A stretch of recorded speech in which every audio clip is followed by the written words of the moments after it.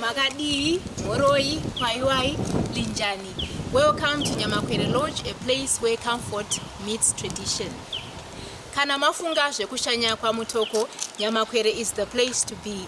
We are located at 145 km Pek along Nyamapanda, Harare Road. We offer conference facilities, we host events and weddings. We've got accommodation as well where we offer chalets, executive rooms as well as hotel standard rooms. We've got a lovely swimming pool as well as a bar and a restaurant. We offer the best food in Mutoko. Visit us, get hold of us on reservations at nyamakwere.co.zw or call us on 0717 948 787. Visit Nyamakwere, visit Mutoko.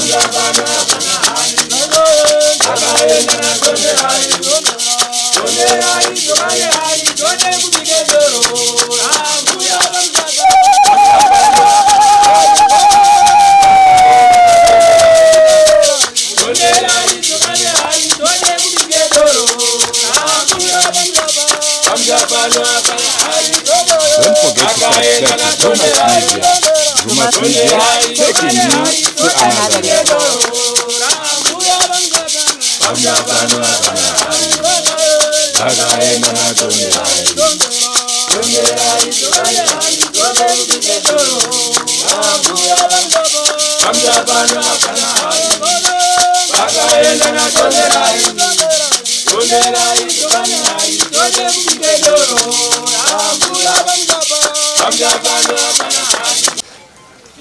Nenguva ino tichidzingirirana nenguva tichataura mashoko mashoma kubva mutsamba raMwari. Enda unosanabata pabhuku yavaEfeso chapter 4 verse 27 tichisanataura zvendoda kutaura. Mukati mebhaibheri mune vara rinotiwo zvakawira vakakutangirai, zvakawira kuti mudzidze kubva kwavari. Saka nesuwo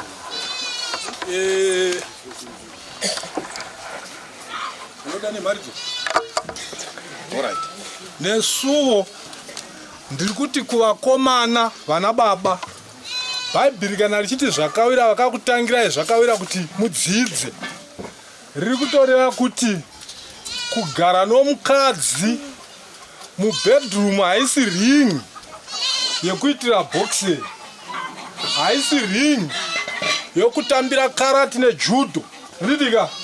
Mubedroom rakagadzirirwa rudo, ndidika. Saka ukaona usingachakwanisi rudo rwomubedroom, zviri nani umbotiza unogara musango, chero muparidzi nazvirevo inototaura kuti hai zviri nani kugara pakona yedenga remba kana zvinhu zvisingakumiriri zvakanaka, handidika.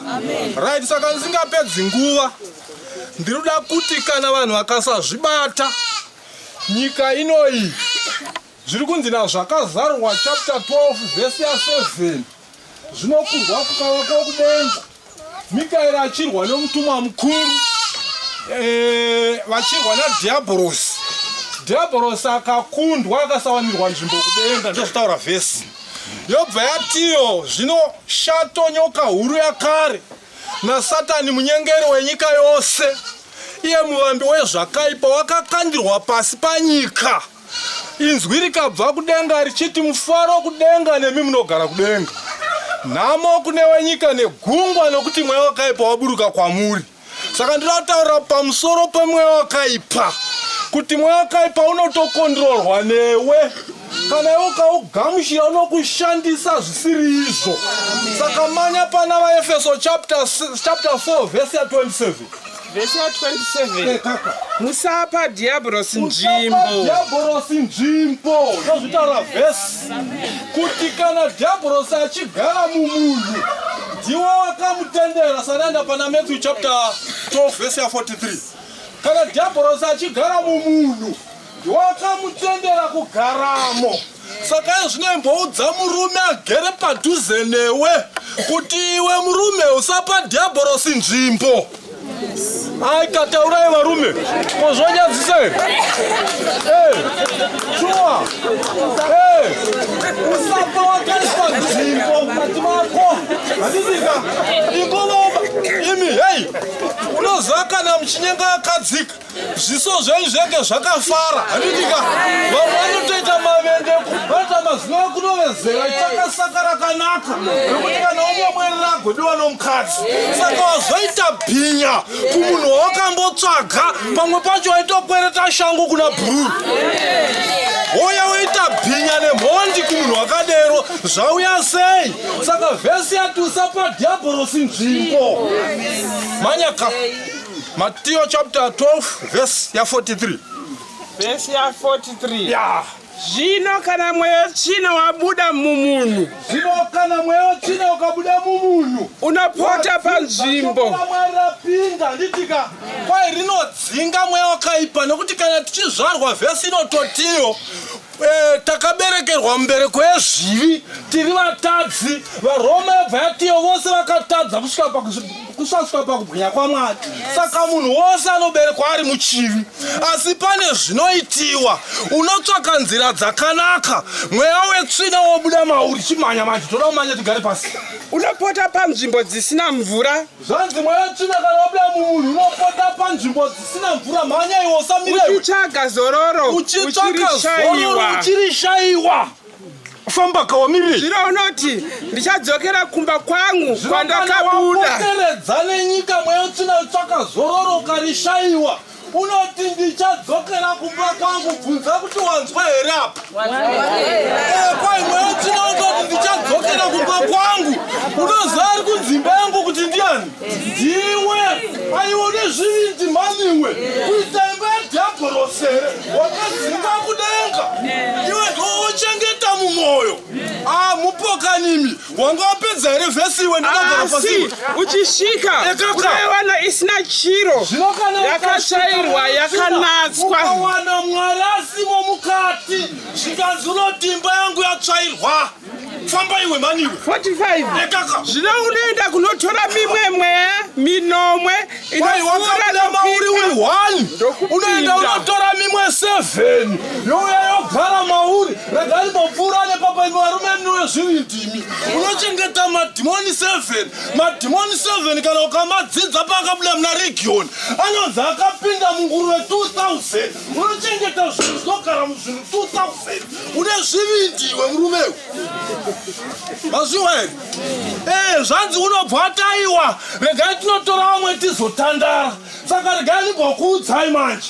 Iwewo kana uri imba yaDhiabhorosi, muridzi wemba unoita decoration, agovaka imba kadiro kaanoda. Ndosaka muchiona kunyange nevamwe vadhara so vachena musoro sene. Handitika anenge akapfeka kakepisi kakanzi Chicago Bulls. Youri kudhara haungagone kuturingisa here kepisi yakanzi mhofu. Apa dzinenge dzakapfeka kashoti kanenge kakanzi American USA Army, kakashoti ka3 quarter, but dziri mudhara dziri mutownship. Imi hazvisi normal.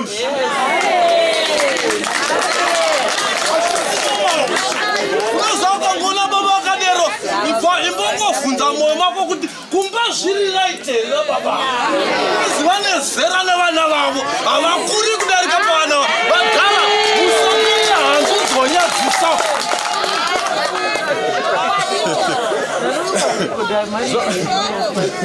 zvadzizvoka mweya utsvina kana wagara mumunhu unoti imba yangu ndosaka muri kuona hurumende chero ikaparidza pamusoro pesikango vafana havanzwi nekuti mweya wesvina uri kuti imba yavo saka mumba memweya wesvina munodirwa zvamunoda hamuna mbonzwa imwe nyaya inondisirisa vanhu vanomwa doro rinonzi kambwa inandizivi munhu une zvivindi une muromo une zvivindi unogashira kambwa iwe kudya kambwa iwe iwe mani iwe imbodza mumwe munhu kuti usatinyadzisa mani iwe kaka haisi imhaka yekuti dhiabhorosi uri mukati mako saka isatendera dhiabhorosi kugara mauri kuti uve murume ari right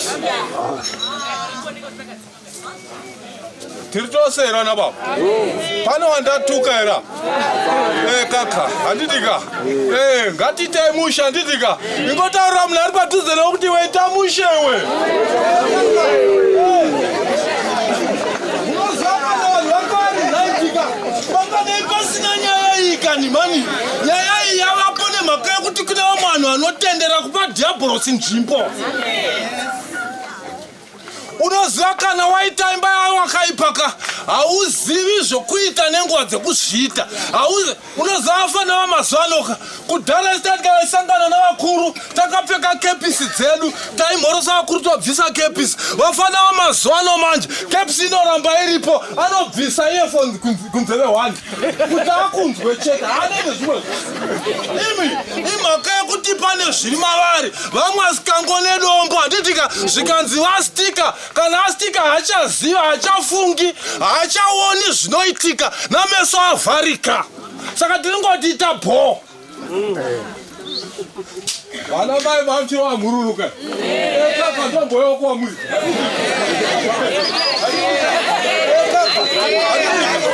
unozivaka kare taiziva kuti mai kana vachigwadama pasi ruoko rwakabata ndiro ruoko rwakabata nguo chikonzero chii havadi kuti zvidya zvioneke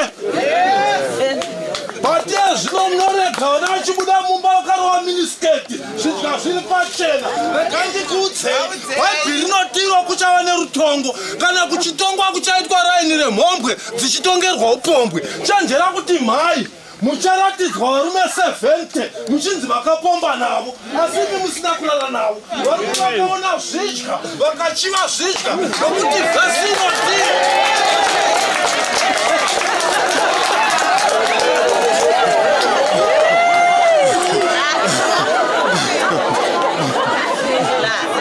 nokuti vhesi inotiyo uyo watanga mungedzaka muchina waita upombwe naye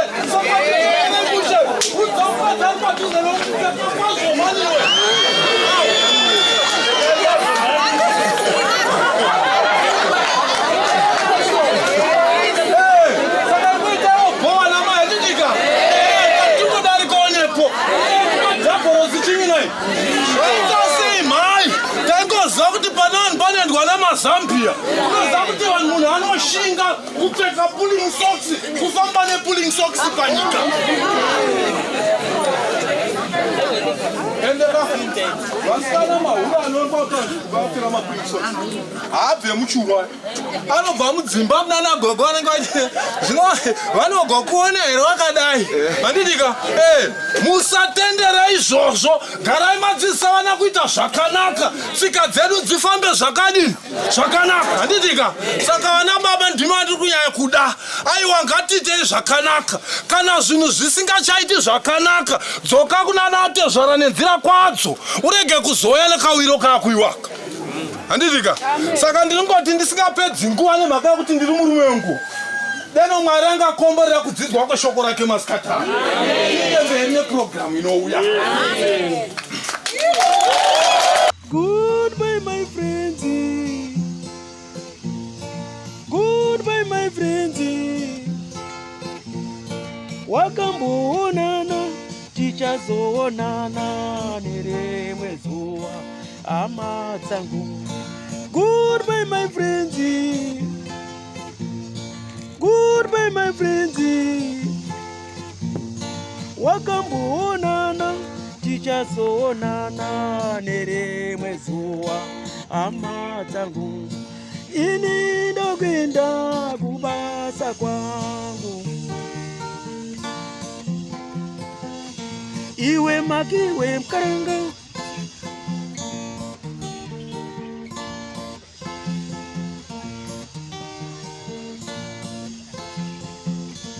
iwe makiwe mkaranga, iwe makiwe mkaranga.